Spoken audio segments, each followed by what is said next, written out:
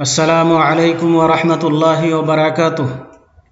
আলহামদুলিল্লাহ ওয়াসসালাতু ওয়াসসালামু আলা রাসূলিল্লাহ ওয়া আলা আলিহি ওয়া আসহাবিহি ওয়া মাওয়ালা। আম্মা বা'দ। বাদিয়া ইসলামিক সেন্টারের অধীনে আসলাম তোফা আল্লেমনি বিভাগ দ্বারা পরিচালিত ইসলামী শিক্ষা কোর্সে অধ্যয়নরত লেভেল 3-র ছাত্রদের জন্য আজকে তাওহীদের দার্স আরম্ভ করছি। বিষয় শিরক।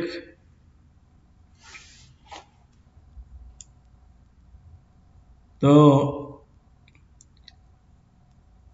শিরকের পরিচয় এবং শিরককে বড় জুলুম হিসাবে, বড় পাপ হিসাবে আখ্যায়িত করা হয়েছে। এর কারণ কি, এগুলো হবে আজকের আলোচ্য বিষয়। তো আসুন আমরা প্রথমে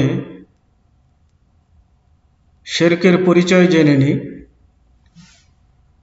শিরক হলো সর্বশক্তিমান আল্লাহর সঙ্গে অন্যকে তার রুবুবিয়াতে ও উলুহিয়াতে শরীক বা অংশী স্থাপন করা। তার মানে আল্লাহর সাথে তার ইবাদতে বা তার রুবুবিয়াতে কাউকে শরীক মনে করা, অংশীদার মনে করা। অর্থাৎ আল্লাহ রাব্বুল আলামিনের যেমন ইবাদত করতে হবে, অনুরূপভাবে আল্লাহ ছাড়াও অন্য কেউ ইবাদত পাওয়ার মতো আছে এমন বিশ্বাস করা। এবং আল্লাহ যেমন সৃষ্টিকারী, যেমন সব কিছু পরিচালনা করেন, এই পরিচালনায় আল্লাহর সাথে অন্য কেউ শরীক আছে এমন বিশ্বাস করাকে বলা হয় শিরক। শিরক মূলত তাওহীদে উলুহিয়াতে হয়ে থাকে, অর্থাৎ আল্লাহর সঙ্গে অন্যকে আহ্বান করা অথবা ইবাদতের প্রকারের মধ্য থেকে কোনো ইবাদত আল্লাহ ছাড়া অন্যের জন্য সম্পাদন করা।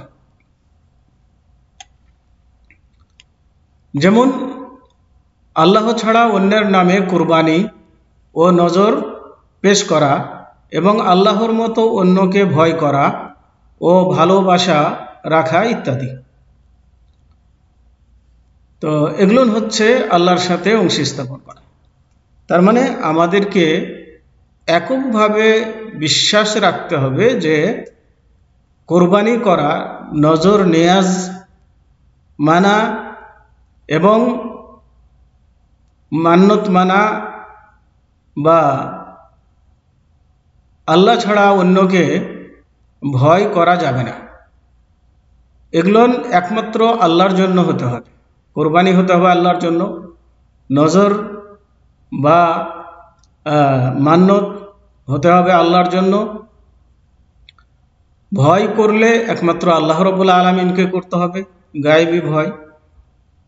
ভালোবাসা একমাত্র আল্লাহর জন্য হতে হবে। তো এই সমস্ত জিনিসে আল্লাহর মতো করে অন্য কাউকে সেই স্থানে নিয়ে আসার নামই হচ্ছে শিরক।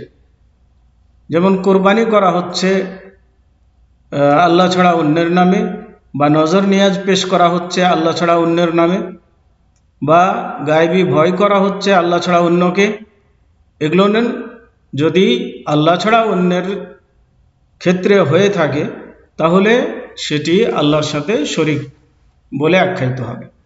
এটাকেই শিরক বলা হয়। আমরা যদি পৃথিবীর দিকে দেখি তাহলে এই ধরনের কাজ অহরহ হচ্ছে।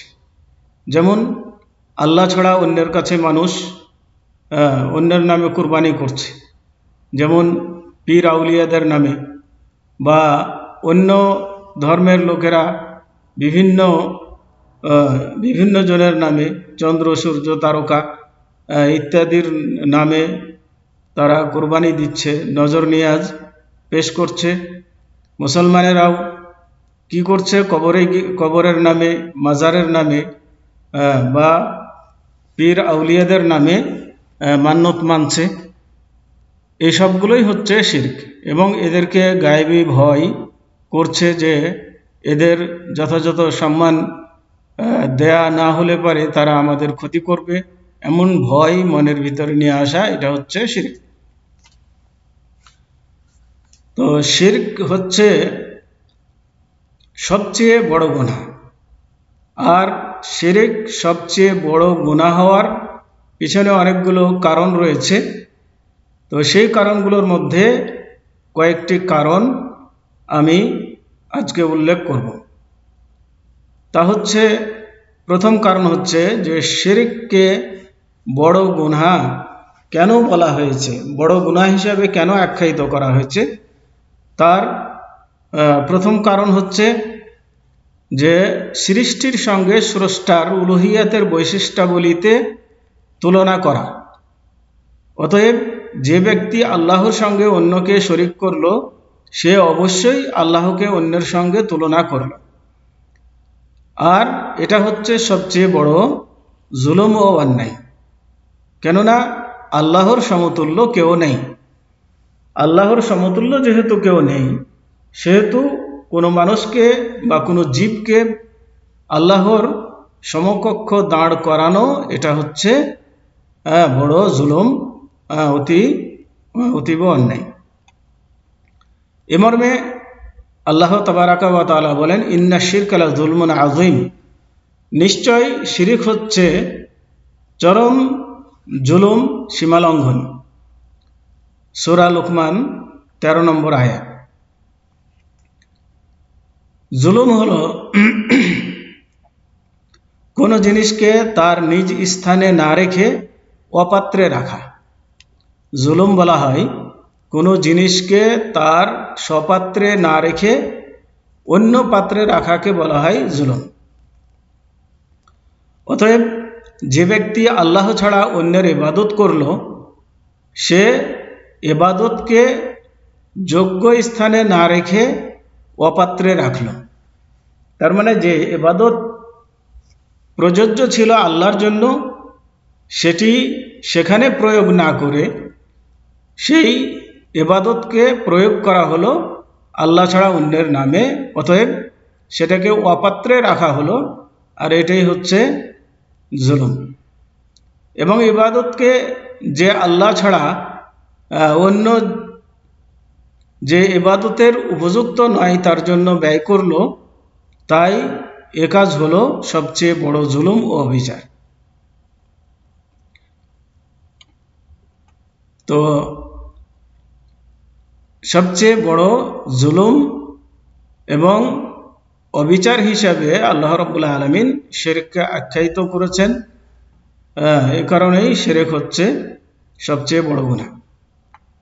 দ্বিতীয় কারণ হচ্ছে, আল্লাহ পাক শিরক সম্পর্কে পবিত্র কোরআনে ইরশাদ করেছেন যে যে ব্যক্তি শিরক থেকে তওবা করবে না, তাকে তিনি আখিরাতে ক্ষমা করবেন না।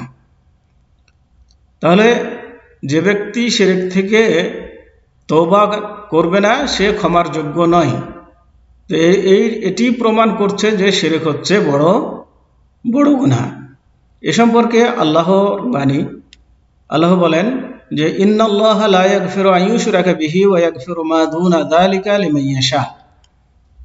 অর্থাৎ আল্লাহ তার সঙ্গে শরীক করার অপরাধ ক্ষমা করবেন না, তাছাড়া অন্য যে কোনো অপরাধ যাকে ইচ্ছে ক্ষমা করবেন। তাহলে শিরকের গুনাহ আল্লাহ রাব্বুল আলামিন মাফ করবেন না। তওবা ছাড়া যদি কেউ মৃত্যুবরণ করে শিরক করে, তাহলে সে ক্ষমার অযোগ্য। এছাড়া অন্যান্য পাপকে যাকে ইচ্ছা করবেন আল্লাহ ক্ষমা করে দিবেন, মাফ করে দিবেন। অতএব জানা গেল যে শিরক হচ্ছে বড় গুনাহ। 3 নম্বর কারণ হচ্ছে, শিরক বড় গুনাহ হওয়ার পেছনে আল্লাহ পাক ঘোষণা করেছেন যে তিনি মুশরিক বা কাফেরের প্রতি জান্নাত হারাম করেছেন এবং সে অবশ্যই চিরস্থায়ী জাহান্নামে অবস্থান করবে।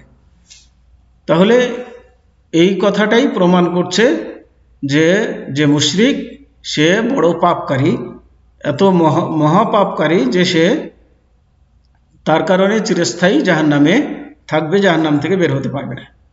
এ মর্মে আল্লাহ তাবারক ওয়া তাআলা বলেন, ইন্নাহু মাইয়ুশরিক বিল্লাহি ফাকাদ হাররামাল্লাহু আলাইহিল জান্নাহ ওয়া মাওয়াহুন নার ওয়া মা লিয-যালিমিন মিন আনসার। অর্থাৎ যে ব্যক্তি আল্লাহর সঙ্গে শরিক করবে, আল্লাহ তার প্রতি জান্নাত হারাম করে দিবেন এবং তার স্থান হবে জাহান্নাম, আর সীমালঙ্ঘনকারীদের জন্য কোনো সাহায্যকারী নেই। সূরা আল মাইদা ৭২ নম্বর আয়াত। ৪ নম্বর কারণ হচ্ছে শিরক সকল প্রকার নেক আমল নষ্ট করে দেয়। এ সম্পর্কে আল্লাহর বাণী। তার মানে শিরক বড় পাপ হওয়ার এটি প্রমাণ যে শিরকের কারণে সমস্ত আমল নষ্ট হয়ে যায়, বরবাদ হয়ে যায়। এ মর্মে আল্লাহ তাবারক ওয়া তাআলা বলেন, যালিকা হুদাল্লাহি ইয়াহদি বিহি মান ইয়াশাউ মিন ইবাদিহি ওয়ালাউ আশরাকু লাহাবিতা আনহুম মা কানু ইয়ামালুন। অর্থাৎ এটি আল্লাহর হিদায়াত, তিনি তার বান্দাদের মধ্যে যাকে ইচ্ছা এটি দ্বারা সৎপথে পরিচালিত করেন, এবং তারাও যদি শিরক করত, অর্থাৎ নবীগণ যদি শিরক করত, তবে তাদের আমল নিষ্ফল হতো। সূরা আনআম ৮৮ নম্বর আয়াত। আল্লাহ তাআলা আরো বলেন যে ওয়ালাকাদ উহিয়া ইলাইকা ওয়া ইলাল্লাযীনা মিন ক্বাবলিকা লাইন আশরাকতা লায়াহবাতান্না আমালুকা ওয়া লাতাকুনান্না মিনাল খাসিরিন। অর্থাৎ হে রাসূল, তোমার প্রতি ও তোমার পূর্ববর্তীদের প্রতি অবশ্যই ওহী করা হয়েছে যে তুমি আল্লাহর সঙ্গে শরিক করলে তোমার আমল নিষ্ফল হবে এবং তুমি অবশ্যই ক্ষতিগ্রস্তদের অন্তর্ভুক্ত হবে। সূরা জুমার ৬৫ নম্বর আয়াত।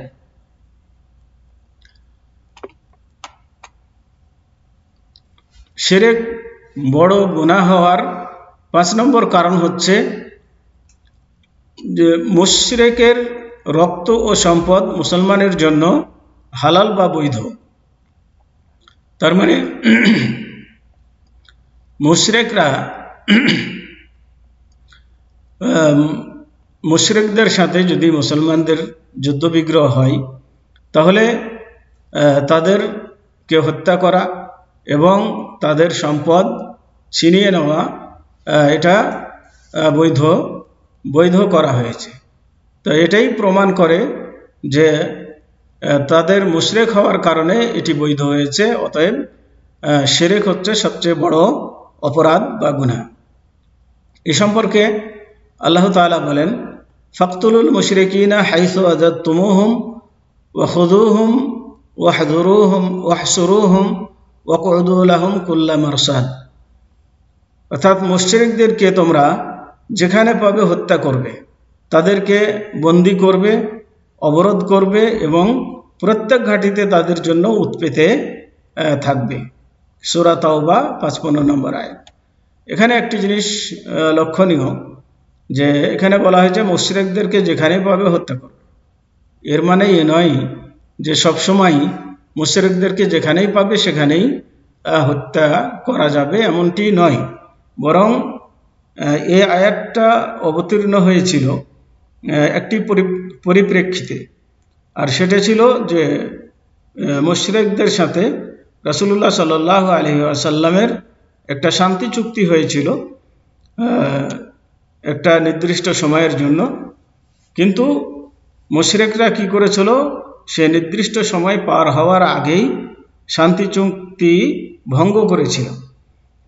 ভঙ্গ করার কারণে আল্লাহ রাব্বুল আলামিন এই আয়াতটি নাজিল করেছিলেন। তার মানে যখন তারা চুক্তি ভঙ্গ করে তখন মুসলমানদের মাঝে এবং মুশরিকদের মাঝে, কাফিরদের মাঝে তখন যুদ্ধ বিগ্রহ শুরু হয়েছিল।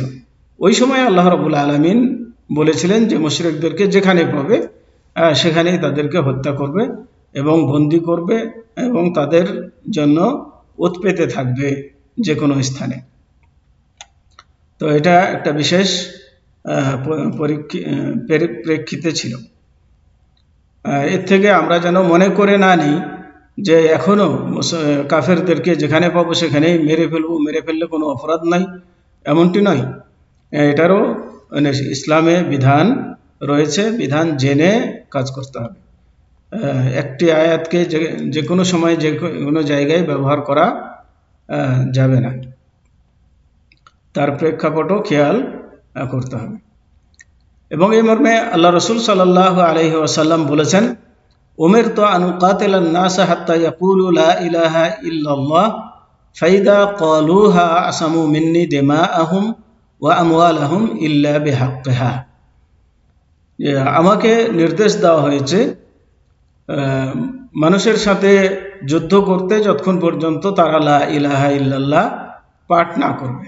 তার মানে যারা লা ইলাহা ইল্লাল্লাহ পাঠ না করবে, এই কালেমার দাওয়াত তাদের কাছে পৌঁছানোর জন্য প্রয়োজনে যুদ্ধ করতে হলে যুদ্ধ করার অনুমতি রয়েছে। ফাইদা ক্বালু হা আসামু মিন্নি দিমাআহুম ওয়া আমওয়ালাহুম, তারা যদি এটি পাঠ করে তাহলে তাদের রক্ত এবং সম্পদ নিরাপদ হয়ে যাবে। ইল্লা বিহাক্কিহা, কিন্তু ইসলামের হক ব্যতীত। এখানে ইসলামের হক ব্যতীত বলতে বোঝানো হয়েছে যে ইসলামে কিছু বিধান রয়েছে, যে বিধানগুলো মুসলমান হওয়ার পরেও মুসলমানদের উপরেও প্রয়োগ করতে হবে। যেমন কোনো মুসলমান যদি কোনো মুসলমানকে হত্যা করে তাহলে সে হত্যার যোগ্য, তাকে হত্যা করা যাবে। কোনো মুসলমান যদি কোনো মুসলমানের মাল ছিনিয়ে নেয় বা করে, তাহলে তারও মাল কেড়ে নেওয়া যাবে। এই ধরনের যে বিধানগুলো আছে, এই ইসলামের বিধান তার উপরে প্রয়োগ হবে। এটা কালেমা পড়লেই যে সে মুসলমান হওয়ার কারণে সে মাপ পেয়ে যাবে তা নয়, এটাই এখানে বলা হয়েছে। 6 নম্বর কারণ হচ্ছে, তার মানে শিরক বড় গুনাহ হওয়ার 6 নম্বর কারণ হচ্ছে, শিরক হচ্ছে কবিরা গুনাহের মধ্যে সবচেয়ে বড় গুনাহ। কেননা রাসূলুল্লাহ সাল্লাল্লাহু আলাইহি সাল্লাম বলেছেন যে আলা উনাব্বিউকুম বিআকবারিল কাবায়ের, কুলনা বালা ইয়া রাসূলুল্লাহ, ক্বালা আল ইশরাকু বিল্লাহি ওয়া উকুকুল ওয়ালিদাইনি। একদা আল্লাহ রসুল সাল্লাল্লাহু আলাইহি ওয়াসাল্লাম সাহাবায়ে কেরামদের লক্ষ্য করে বললেন, আমি কি তোমাদেরকে সর্বাপেক্ষা মারাত্মক গুনাহ সম্পর্কে অবহিত করব না? তা আমরা সাহাবায়ে কেরাম তখন বললাম যে হে আল্লাহর রসুল, অবশ্যই বলে দিন। তিনি বললেন যে আল্লাহর সাথে শরীক করা এবং পিতামাতার অবাধ্যতা। আল্লাহর সাথে শরীক করা এবং পিতামাতার অবাধ্যতা, এটা হচ্ছে বড় বড় গুনাহ। তাহলে এখান থেকে আল্লাহ রসুল সাল্লাল্লাহু আলাইহি ওয়াসাল্লামের মুখসৃত বাণী থেকে আমরা বুঝতে পারলাম যে শিরক হচ্ছে সবচেয়ে বড় গুনাহ। কেননা আল্লাহ রসুল সাল্লাল্লাহু আলাইহি ওয়াসাল্লাম শিরককে বড় গুনাহ হিসেবে আখ্যায়িত করেছেন। তো আমরা জানলাম যে শিরক কাকে বলে এবং শিরককে বড় গুনাহ হিসেবে আখ্যায়িত করা হয়েছে, তার 6টি কারণ আমরা জানলাম।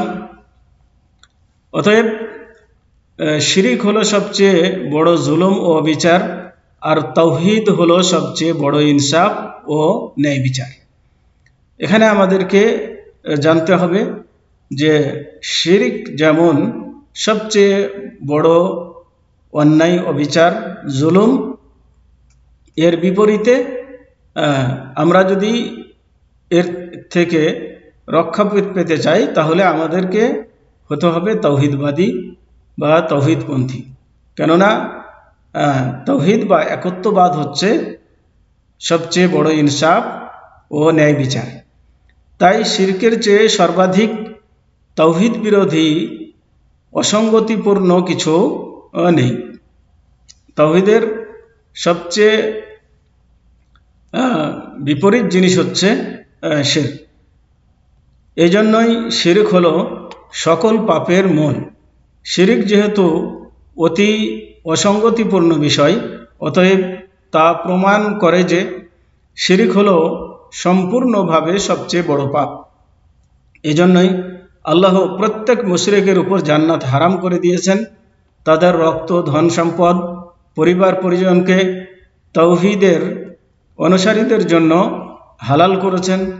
আল্লাহর ইবাদত বা দাসত্ব বর্জন করার কারণে তাদের পরিবার পরিজনকে মুসলমানদের জন্য দাসে পরিণত করার অনুমতি দিয়েছেন।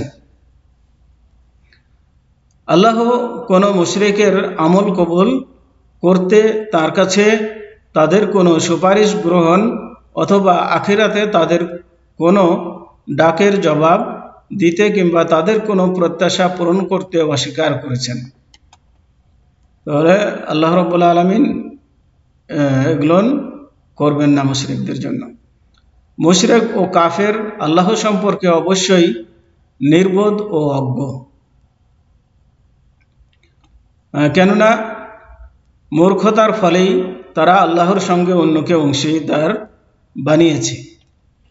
মুশরিকদেরকে বা কাফেরদেরকে বুদ্ধিমান বলা যাবে না, বরং তাদেরকে বলতে হবে তারা নির্বোধ।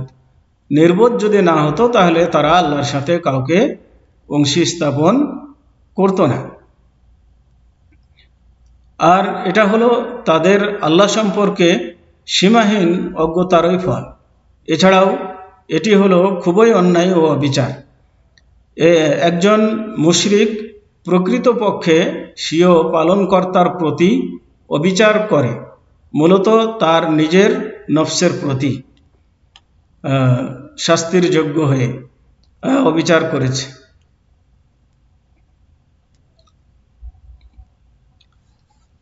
7 নম্বর হচ্ছে শিরক হলো খুঁত ও ঘাটতি, আর সর্বশক্তিমান পালনকর্তা নিজেকে তা থেকে দোষমুক্ত নিষ্কলুষ করেছেন। অতএব যে ব্যক্তি আল্লাহর সাথে শরিক করলো সে আল্লাহর সঙ্গে ওই সমস্ত দোষ ত্রুটি সাব্যস্ত করলো যা থেকে নিজেকে তিনি পবিত্রতা ঘোষণা করেছেন। আর এটি হলো আল্লাহর সঙ্গে চরম বিরোধিতা, অবাধ্যতা ও আল্লাহর কাছে কঠিন কষ্টদায়ক বিষয়। অতএব আমাদেরকে অবশ্যই শিরককে জানতে হবে, বুঝতে হবে এবং তার থেকে বিরত থাকতে হবে, এবং তাওহীদকে বুঝতে হবে, জানতে হবে এবং তা বাস্তবায়ন করার চেষ্টা করতে হবে। তাহলেই আমরা সফলতা অর্জন করতে পারব। আমরা অনেক সময় শিরক কি জিনিস এটা পার্থক্য করতে পারি না, বুঝতে পারি না। অনেকেই অজ্ঞতাবশত শিরক করে যাচ্ছে, অথচ মনে করছে যে ভালো কাজ করছে। তো এই জন্য আমাদের শিরক সম্পর্কে বেশি সচেতন থাকতে হবে, কেননা শিরকের গুনাহ অত্যন্ত বড় গুনাহ। আর শিরক করতে করতে যদি কেউ মৃত্যুবরণ করে তাহলে তাকে আল্লাহ ক্ষমা করবেন না এবং সে কোনোদিন জাহান্নাম থেকে বের হতে পারবে না। অতএব মারাত্মক বিষয়, এই বিষয়টির প্রতি আমাদেরকে খুব গুরুত্বের সাথে খেয়াল রাখতে হবে এবং তার থেকে বিরত থাকতে হবে, এবং কারো দ্বারাতে শিরক হয়ে থাকলে তাকে তওবা করে ফিরে আসতে হবে এবং তাওহীদকে মেনে চলতে হবে। তো আজকে এ পর্যন্তই। ওয়া সাল্লাল্লাহু আলা নবিয়িনা মুহাম্মদ ওয়া আলা আলিহি ওয়া আসহাবিহি ওয়া বারিক ওয়া সাল্লাম। আসসালামু আলাইকুম ওয়া রাহমাতুল্লাহি ওয়া বারাকাতুহু।